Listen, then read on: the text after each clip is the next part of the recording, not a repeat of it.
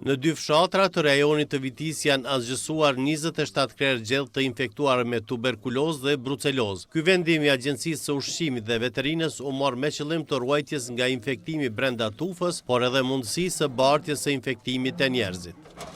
Në momentin e parë që janë pje kushtës, kemi siguru një kontrat, atëherë sot vetë se ka nisë asgjësimi i krerëve që ne t'i largojmë këto kafshë për të penguar mbratë parë për hapjen e sëmundjes të kafshë tjera, pastaj edhe për të ruajtur shëndetin publik. Edhe fermerët të cilëve u janë infektuar gjedhët thanë se deri sot kanë qenë në panik për shkak të frikës së përhapjes së kësaj sëmundje. Me datën 27 mujt kaluar shkurt, pas asaj dite ka rezultati pozitiv për magjësue edhe më blokue, mos me lëshue, më lopë tas jashtë I kemi mojtën, ne I kemi dhënë zërë deri tash me rujtën shëndetin familjar, po edhe të fshatit, gjithnjë janë konë panik deri këtu. Na mendoj se do të na I kompenzon tash, do të na kompenzon do të arrin kam diçka do të na ndihmon me këtë.